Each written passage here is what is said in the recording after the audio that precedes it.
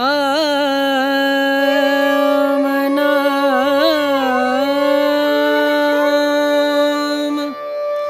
भजले राम नाम सुखधाम भजले राम नाम सुखधाम भजले राम नाम सुखधाम।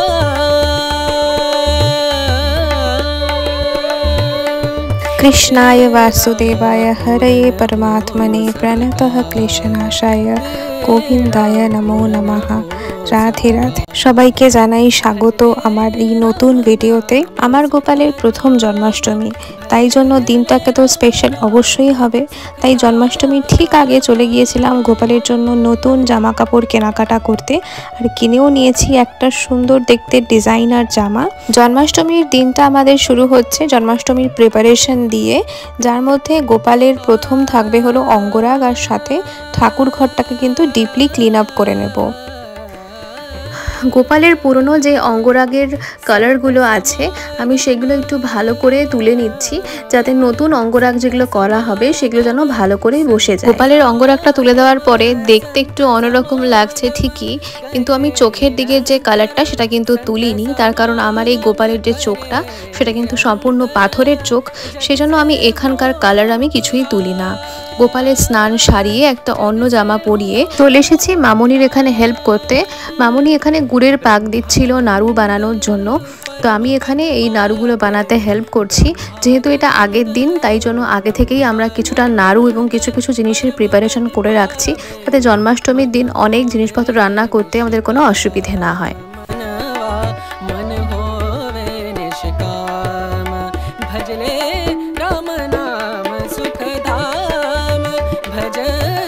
সন্ধ্যা পুজো সেরে চলে এসেছি এবারে গোপালের অঙ্গরাগ করার জন্য।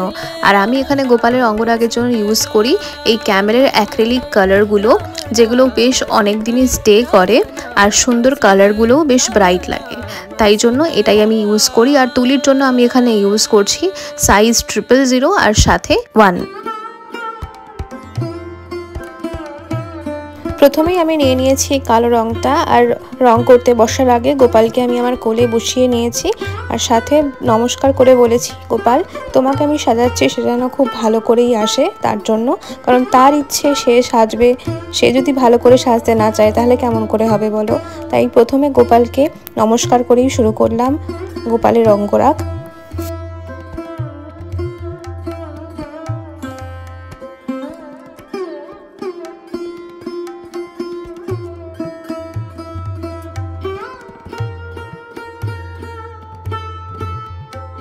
গোপালের চুলে কালো রং করে দেওয়ার পরে আমি এবারে নিয়ে নিয়েছি সাদা রং, যেটা দিয়ে আমি গোপালকে একটা সুন্দর করে বড় করে একটা তিলক পরিয়ে দিচ্ছি, যাতে গোপালের মুখটা দেখতে বেশ ব্রাইট আর সুন্দর লাগে।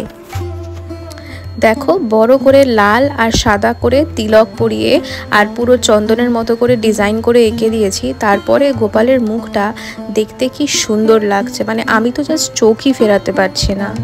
অঙ্গরাগ করতে করতে বেশ অনেকখানি রাতও হয়ে গেছে। এবারে গোপালকে শয়ন দিয়ে দিই, আর কালকে সকাল হতে হতে সমস্ত রং কিন্তু খুব ভালো করে সেট হয়ে যাবে। আজ হলো জন্মাষ্টমীর সকাল। সকালে উঠে আমি গোপালকে জাগিয়ে তার বাল্যভোগ দিয়ে দিয়েছিলাম। এবারে চলে এসেছি আমরা জন্মাষ্টমীর প্রিপারেশন করতে। জন্মাষ্টমীর সকাল অর্থাৎ শনিবার সকালবেলা থেকেই আমরা কিন্তু জন্মাষ্টমীর প্রিপারেশন করব, রান্না বান্না করব, কিন্তু মেন যে পুজোটা সেটা হবে ঠিক রাত্রি 12টার সময়। সেজন্য সারাদিনই কিন্তু আমরা একদম উপোস করে থাকবো। উপোস মানে কোনো রকম দানা বা কিছু খাবো না, আমি শুধুমাত্র জল, ফ্রুট জুস, এছাড়া গ্লুকোজ ড্রিঙ্ক এটাই খেয়েছিলাম। আপাতত তোমরা এখন ভিডিওতে মেপে মেপে যেটা বানানো হচ্ছে, যার ভিডিও ক্লিপটা তোমরা দেখছো, সেটা হলো মালপোয়ার ব্যাটারের।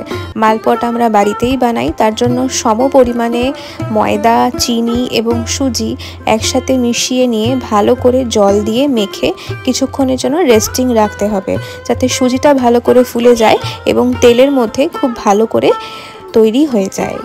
আর এদিকে আমি মেখে নিয়েছি কলার বড়ার মিক্সচারটা, যার মধ্যে কলা, চিনি, সুজি ভালো করে মিক্স করে এটাকেও রেস্টিংয়ে রেখে দেব। চলো এর মধ্যে আমি যাই গোপালকে গিয়ে স্নানটা সারিয়ে আসি।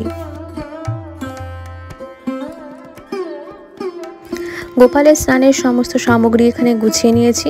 পঞ্চামৃত সহযোগে আজকে গোপালকে স্নান করাবো। রয়েছে কাঁচা দুধ, টক দই, গঙ্গার জল, অঘরু, গোলাপ জল, মধু, চন্দন সবই রয়েছে। राम नाम सुख धाम भजले राम नाम सुख धाम भजले राम नाम सुख धाम तेरा पूरन हो सब काम तेरा पूरन हो सब काम भजले राम नाम सुख धाम भजले राम नाम सुख धाम।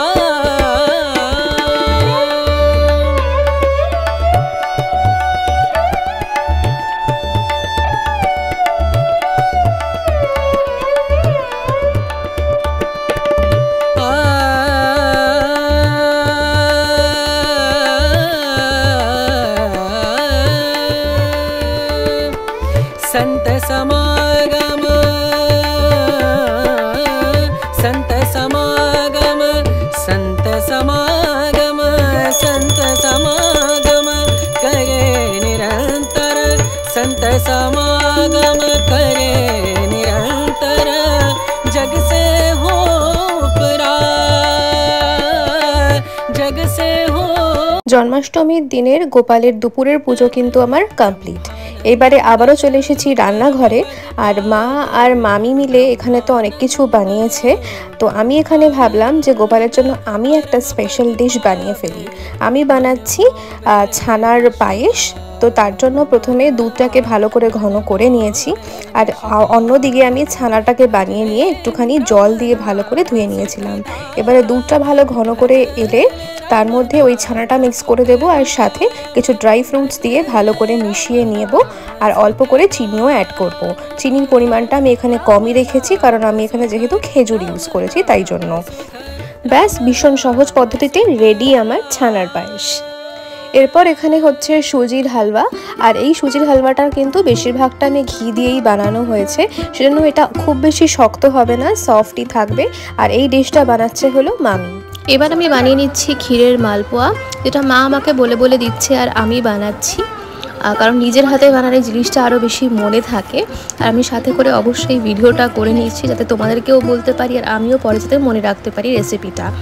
প্রথমেই সুজিটাকে অল্প করে ধুয়ে নেব জলের মধ্যে, আর সুজির পরিমাণটা কিন্তু যতটা ক্ষীর নিয়েছি আমি, তো ক্ষীরের থেকে অল্প একটু কম নেব। আর যতটা সুজি নিয়েছি ঠিক ততটাই ময়দা নেব, যাতে জিনিসটা বাইন্ডিংটা ভালো হয়। আর ক্ষীর দিয়ে ভালো করে মিক্স করে নেব ব্যাটারটাকে। আর ক্ষীরের পরিমাণটা, যেহেতু এটা ক্ষীরের মালপোয়া, তো ক্ষীরের পরিমাণটা অবশ্যই বেশি করে নিতে হবে। ঘি ভাজতে হয়, এটা ঘিয়ে ভাজতে যাবে ছেড়ে যাবে, একদম মানে ছেড়ে যাচ্ছে, ছাড়া ছাড়া হয়ে যাবে। এগুলো কেন দেওয়া হয়?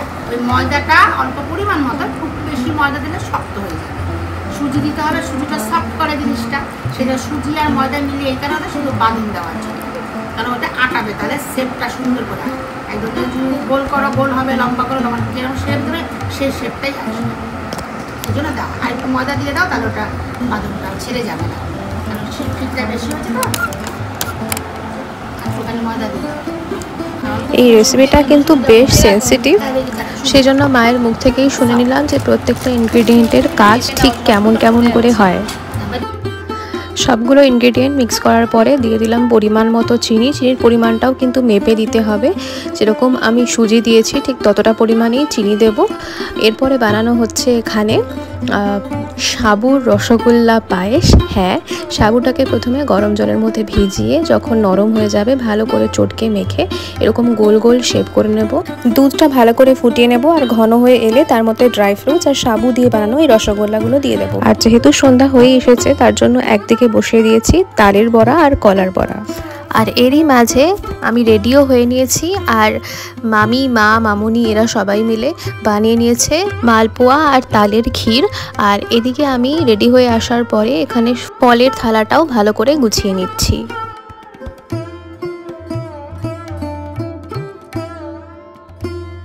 ঘড়িতে বাজে এখন রাত্রি 10টা।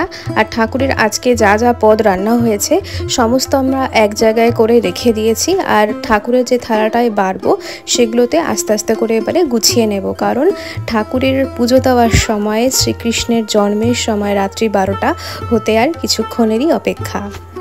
প্রথমেই আমি সুজির বরফিগুলোকে সুন্দর করে কেটে নিচ্ছি। এরপর আমি বেসনের বরফিটাকেও কেটে নেব। বেসনের বরফিটাকে বানানোর জন্য বেসনটাকে প্রথমে ঘিয়ের মধ্যে রোস্ট করে নিয়ে তার মধ্যে অল্প অল্প করে দুধ আর ড্রাই ফ্রুটস দিয়ে ভালো করে নাড়িয়ে নেব। আর শেষে চিনি অ্যাড করে নামিয়ে নিলে একটা থালার মধ্যে ভালো করে সেট করে নিয়ে লাস্টে এরকম কেটে নিলেই কিন্তু রেডি। এটাও কিন্তু খুব সুন্দর হয় আর ঠাকুরের প্রসাদ হিসেবে কিন্তু এটা বেশ ভালো যায়।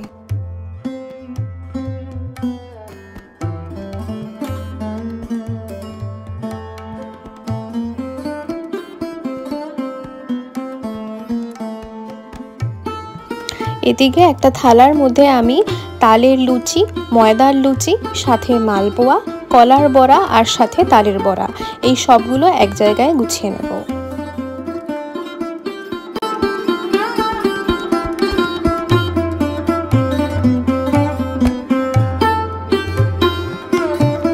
সমস্ত ভোগ সুন্দর করে সাজিয়ে রাত্রি 12টা বাজার ঠিক আগে নিয়ে চলে এসেছি ঠাকুর ঘরে, ঠাকুরের সামনে দিয়ে দেব। আর গোপালের মুখটা দেখো, এখন যেন মনে হচ্ছে আরো অনেক বেশি উজ্জ্বল হয়ে গেছে, কারণ তার বার্থডে সময় তো প্রায় এসেই গেছে।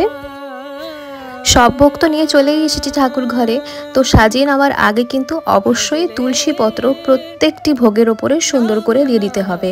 পারলে তুলসী মঞ্জুরি যদি দিতে পারো তাহলে আরও ভালো। চলো তোমাদেরকে এবারে বলে দিই যে ঠাকুরের ভোগে আজকে আমরা কি আয়োজন করেছি। ছিল 20 রকমের টোটাল পদ, রয়েছে লুচি, তালের বড়া, তালের ক্ষীর, তালের রসবড়া, সুজির হালুয়া, সুজির বরফি, ছানার পায়েস, সাবুর রসগোল্লা পায়েস, ক্ষীর, ছানা, মাখন মিছরি, মালপোয়া, ক্ষীরের মালপোয়া, বেসন বরফি, ড্রাই ফ্রুটস লাড্ডু, গুজিয়া, 5 রকমের ফল, চকলেটস আর 5 রকমের মিষ্টি। সারাদিন শুধুমাত্র জল খেয়ে উপোস করার পরেও কিন্তু আমার এতটুকুও কষ্ট হয়নি গোপালের জন্য এত আয়োজন করার। এই হয়তো সবই গোপালের ইচ্ছা।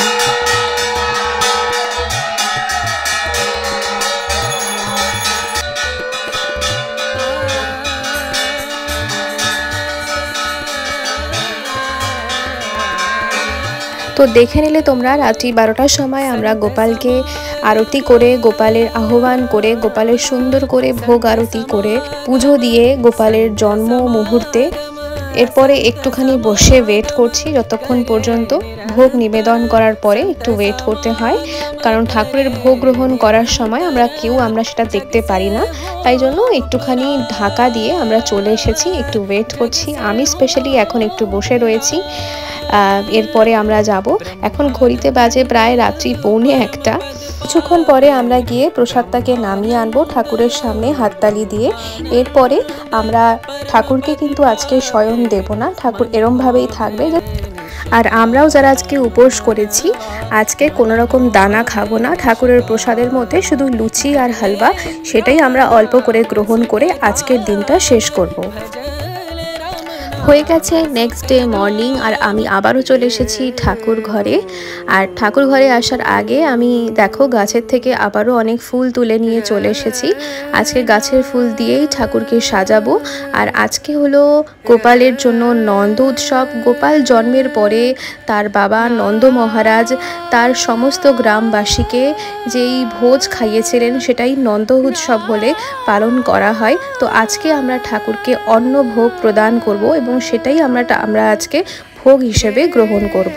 গোপালের সাজটাও আজকে আমি চেঞ্জ করব। কালকে আমি যেই জামাটা পরেছিলাম ওটা একদমই নতুন জামা ছিল, কিন্তু এই জামাটা এখন তোমরা যেটা দেখছো সেটা আমাদের বাড়ির গোপাল উৎসবের সময় আমি কিনেছিলাম। তো আজকে একবারই গোপাল মাত্র পরেছে এই জামাটাকে, তো আজকে আবারও এই জামাটাকেই আমি পরিয়ে দেব। এটার রংটাও কিন্তু খুব সুন্দর, গোলাপি রং, বেশ ব্রাইট লাগে দেখতে। তো গোপালকে এই সাজে আজকে আমি সাজাবো।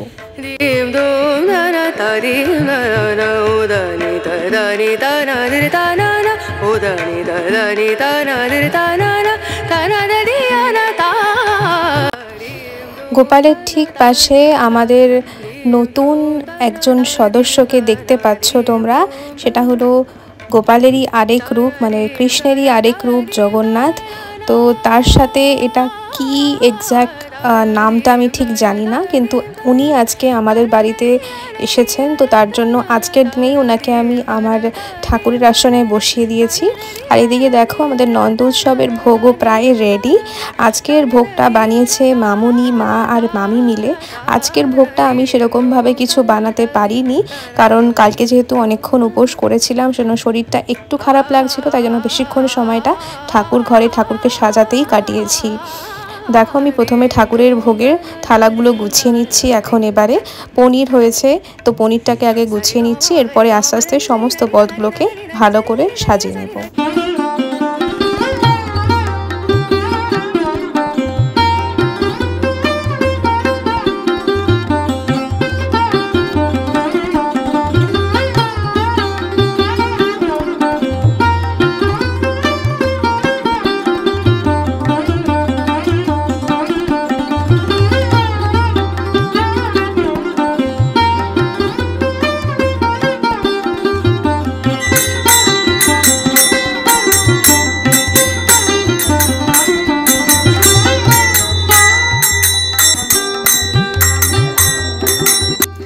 ঠাকুরের ভোগ নিবেদন করার পরে নিচে বসে আমরা ভোগের কীর্তন করছিলাম, মানে ঠাকুরের যেটা এক নাম সেটা করা হচ্ছিল।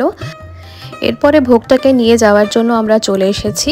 আর ভোগটাকে তুলে নেওয়ার আগে তোমাদেরকে ভোগ দর্শন করিয়ে দিচ্ছি। ভোগ দর্শন করলে নাকি অনেক দুর্ভোগ কাটে, তো তোমরাও অবশ্যই ভোগ দর্শন করো।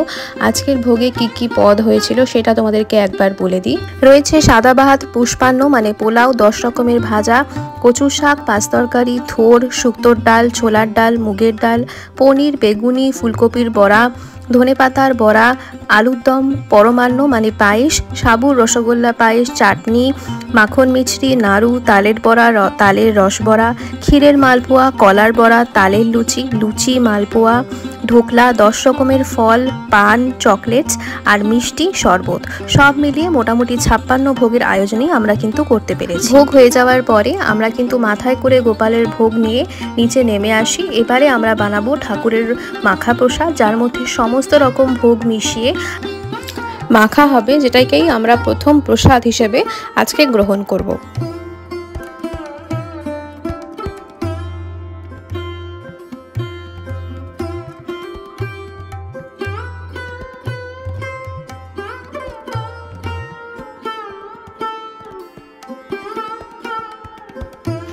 ব্যাস ঠাকুরের প্রসাদ নিয়ে আমিও কিন্তু বসে পড়েছি প্রসাদ পাওয়ার জন্য।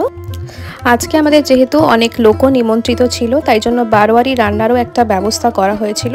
সেখানে আজকে হয়েছিল এই ছানার পাতুরি, সেটাও আমি একটা টেস্ট করার জন্য নিয়েছি। আর সন্ধ্যাবেলা হতেই গোপালকে আবারও একবার ভোগ নিবেদন করে দিয়েছি।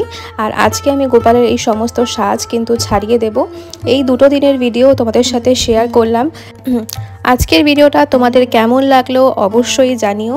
আর ভিডিওটা ভালো লাগলে একটা লাইক, শেয়ার অ্যান্ড সাবস্ক্রাইব করে দিও। আর কমেন্টে অবশ্যই লেখো রাধে রাধে, জয় গোপাল। চলো টাটা। भजले राम नाम सुख धाम, भजले